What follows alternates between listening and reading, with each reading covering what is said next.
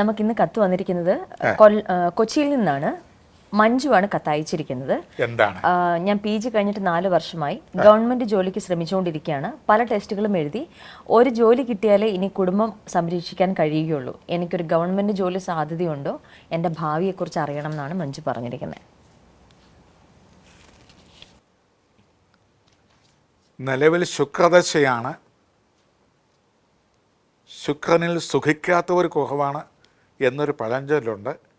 എങ്കിലും ജനിച്ച ലഗ്നത്തിൽ ശുഭഗ്രഹ ദൃഷ്ടി ഇല്ലാതെ നിൽക്കുന്ന ശുക്രനായതുകൊണ്ട് എല്ലാത്തിലും ഒരു തടസ്സവും അനുഭവക്കുറവും ഉണ്ടാകുമെന്നാണ്. അതിൻ്റെ ദശാകാലമാണിപ്പോൾ. ഏർപ്പെടും കാര്യങ്ങളിൽ തർക്കവും തടസ്സവുമായി അപ്പാടെ അവസാനിപ്പാൻ എളുതല്ലകൾക്ക് നീ, അതായത് ഇടപെടുന്ന കാര്യങ്ങളിൽ ഉദ്യോഗം, വിത്തം, മംഗല്യം ഇത്യാദി കാര്യങ്ങളിൽ തടസ്സവും തർക്കവും കാലതാമസവും വരുത്തുന്ന ശുക്രനാണ്. എന്നാൽ 30 വയസ്സ് വരെ 31 വയസ്സ് മുതൽ സ്വക്ഷേത്ര ബലവാനായ സൂര്യൻ്റെ ദശാകാലമാണ്.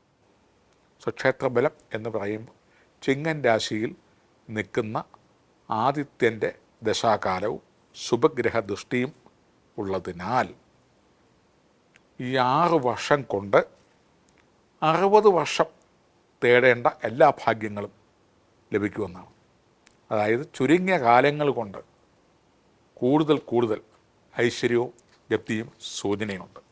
കാരണം നീണ്ട 20 വർഷക്കാലത്തെ വലിയ ഗുണകരമല്ലാതെ നിന്നിരുന്ന ശുക്രദശ ക്ലേശിപ്പിച്ചു കളഞ്ഞു എന്നാണ്. കാരണം ഏതൊരു മനുഷ്യരും ശുക്രദശയിൽ സൗഭാഗ്യം തേടിയെത്തുന്നതാണ്. ആ സമയത്ത് എല്ലാ കാര്യങ്ങളിലും എല്ലാ നല്ല അനുഭവങ്ങളും തേടി വന്നിട്ട് തടസ്സവും തർക്കവുമായി അപ്പാടെ ദുഃഖിപ്പിക്കുന്ന, വിളിച്ചെഴുന്നേൽപ്പിച്ച് അത്താഴമില്ല എന്ന് പറയുന്ന പോലത്തെ ശുക്രദശയാണ്. ജന്മലഗ്നത്തിലെ ശുഭഗ്രഹ ദൃഷ്ടിയില്ലാതെ രശ്മിബലമില്ലാതെ നിൽക്കുന്ന ശുക്രൻ്റെ ദശ, അതായത് ദോഷകരത്തിന് തുല്യമാണ്.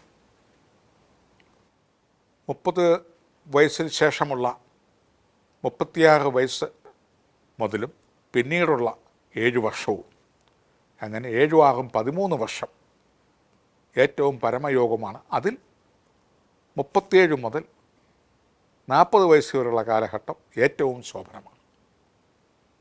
സ്വക്ഷേത്ര ബലവാനും അതിനുശേഷമുള്ള ചന്ദ്രദശയും എല്ലാവിധ ഭാഗ്യങ്ങളും മുൻകാലങ്ങളിലുണ്ടായിരുന്ന തടസ്സങ്ങളെല്ലാം മാറി എല്ലാ ദുഃഖങ്ങളും തീരത്തക്ക നിലയിൽ വാരിക്കോരി സഹായിക്കുന്ന ഭാസുര നിലയങ്ങൾ വെച്ചിടും വാങ്ങിച്ചിടും, ഭൂസ്വത്ത് ലഭിച്ചിടും, ശത്രുക്കളെ ജയിച്ചിടും, സദ്യദാന ആദ്യ സൽക്കർമ്മങ്ങൾ നടന്നിടും, മംഗല്യം നടന്നിടും, 6-7 ആണ്ട് രാജതുല്യമായി വാണിടും. 30 വയസ്സ് മുതൽ 37 വയസ്സ് വരെ ഭാഗ്യങ്ങൾ തേടിയെത്തുകയും 37 മുതൽ ലഭിച്ച ഭാഗ്യങ്ങൾ കൊണ്ട് എൻജോയ് ചെയ്യാൻ, സന്തോഷിക്കാനുള്ള അവസരങ്ങളും രാജകീയ സമാനമായിട്ടുള്ള പ്രൗഢഗംഭീരമായിട്ടുള്ള ഭവനവും വസ്തുവും വാഹനവും ആർഭാട ജീവിതങ്ങളും സന്തുഷ്ട ദാമ്പത്യവും കനകവേഷഭൂഷണാദികളും നഗരത്തിലും സിറ്റിയിലും ഉള്ള പ്രമുഖ വ്യക്തികളാൽ ആദരിക്കപ്പെടുകയും സമ്മേളിക്കപ്പെടുകയും ഒക്കെ ചെയ്യുന്ന, വിശിഷ്ട വ്യക്തികളാൽ ബഹുമാനിക്കപ്പെടുകയും ഒക്കെ ചെയ്യുന്ന ഒരു കുടുംബാന്തരീക്ഷം ഉണ്ടാവും. ഒരു വ്യക്തി മഹാത്മ്യമുണ്ടാവും. പേരും പ്രശസ്തിയും സൗന്ദര്യവും ആരോഗ്യവും വിവിധ ബാങ്കുകളിൽ ഡിപ്പോസിറ്റുകളും എല്ലാം ഉണ്ടാവുന്നൊരു കാലം.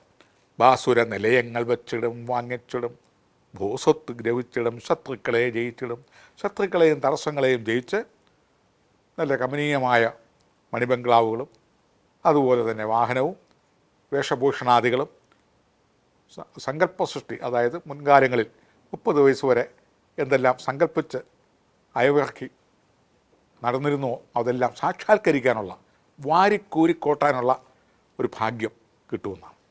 6-7 ആണ്ട് രാജതുല്യമായി വാണിടും, രാജതുല്യമായ എല്ലാ സൗഭാഗ്യങ്ങളും ലഭിക്കും എന്നാണ് മഞ്ജുവിൻ്റെ കത്തിൽ നിന്ന് കാണും. ഇപ്രകാരം ഒക്കെ പോവുക. കൂടുതലും ആഗ്രഹ സബലീകരണത്തിന് സ്വയംവരം എന്ന കർമ്മങ്ങൾ ചെയ്യുക, സ്വയംവര പുഷ്പാർച്ചനകൾ ചെയ്യുക, സ്വയംവര ക്ഷേത്രത്തിൽ വേണ്ട പൂജാതി കർമ്മങ്ങൾ ചെയ്യാം, സ്വയംവര ഹോമാദികൾ ചെയ്യാം, ഇവയെല്ലാം കൂടിയും ചെയ്യാം. എന്തായിരുന്നാലും 30 വയസ്സ് മുതൽ ഭാഗ്യം കണ്ടെത്തും. 37 മുതൽ 40-നകത്ത് എല്ലാവിധ സൗഭാഗ്യങ്ങളുടെയും നിറകുടുംബമായി മാറും.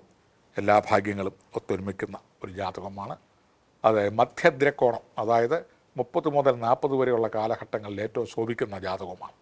അപൂർവമാണ് അത്തരം കിട്ടുന്നത്. ഈ സമയത്താണ് വല്ലതൊക്കെ തേടുകയും സമ്പാദിക്കുകയൊക്കെ ചെയ്യേണ്ടത്.